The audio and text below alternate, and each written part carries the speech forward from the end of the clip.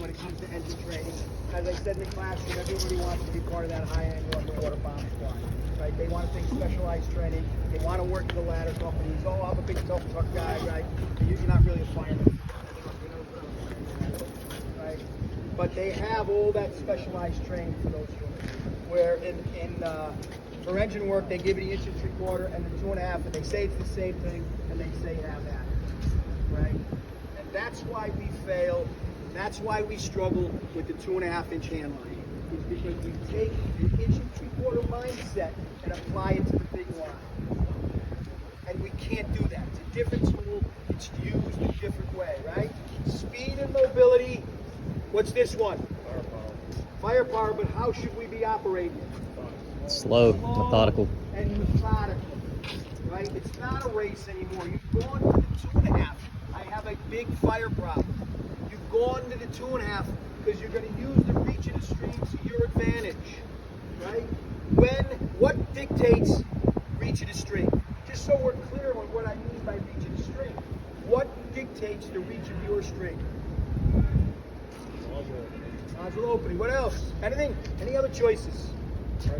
Pressure. Anything else? Tip. Kind of off chart here. What's the main thing that dictates the reach of the stream? The depth of the fire area.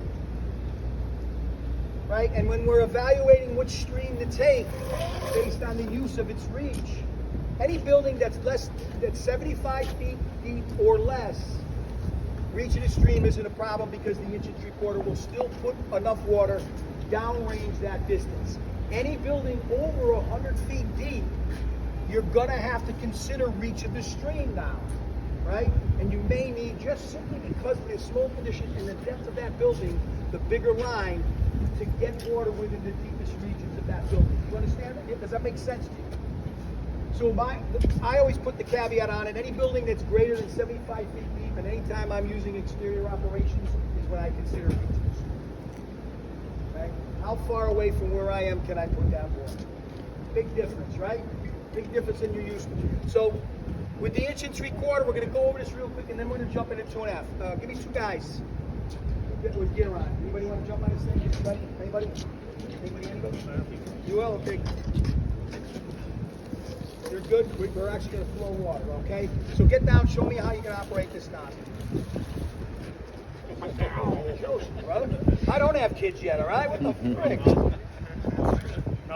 But he did get on his knees really easily. So show me how you, right? And a nozzle firefighter should always have that nozzle in a position to defend themselves. There's no excuses not to have that nozzle up on the floor in a position to defend yourself, right? With the 1 3/4, I want you guys to worry about 3 feet. 3 feet of this hose, that's it. No more. You don't have to worry about any more than that. If I can maintain 3 feet of this line straight, which that means that's a single person problem. You don't need another guy to help you push it. You should be operating yourself. The reason I manage 3 feet because all my turns, if I got to get water that way, what do I do? Show me. Don't open it. There you go. If I got to get water that way, how about hit the ceiling? Right there you go. Hit the floor. So all this area here is what we're using to make our turns. If I have a 2.5, can I do it the same way? Why not? So turn that way.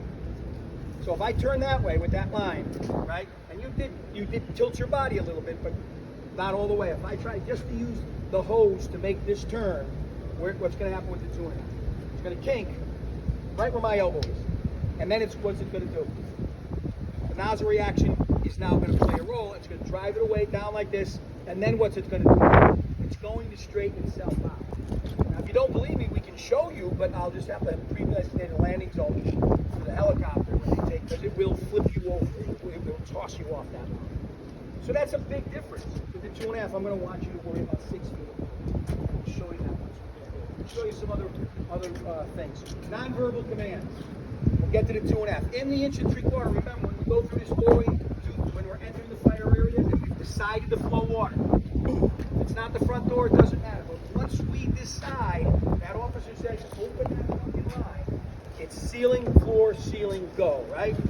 So if you're not a verbal guy, how do myself as a backup firefighter know that you're getting ready to advance that line without hearing a thing? What do you do just before you advance the line? Huh? Spray. Spray? It's Yeah, but sealant. spray where?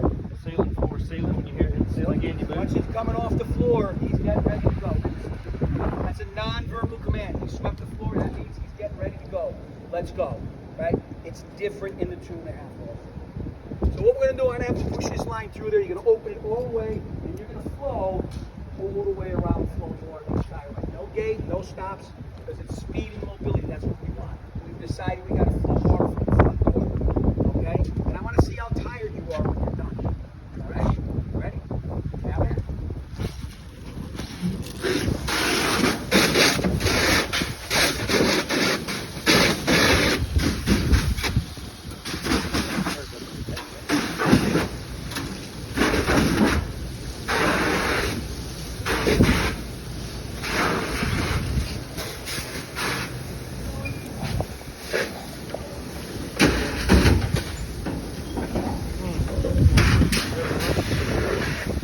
Get a little bath.